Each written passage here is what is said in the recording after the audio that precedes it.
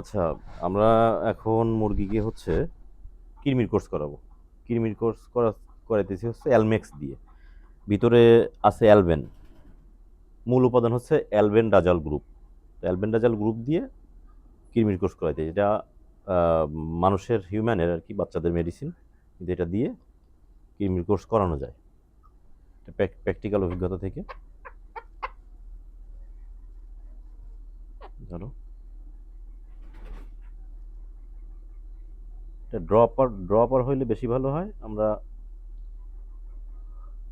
3 ফোঁটা পরিমাণ দিব। ওকে। আচ্ছা, এখন এই যে কৃমির কোর্সটা করাইলাম, এটা হচ্ছে ইরানের শিক্ষার্থী বলতেছি। হ্যাঁ, তোমার জন্য বলতেছি, এগুলা একটু মাথায় রাখবা। কৃমি কোর্সটা করানোর পরে যে রেড লিভার, হ্যাঁ রেড লিভার, হেপা ভেট, তারপরে লিভাভিট, সবগুলাই লিভার টনিক।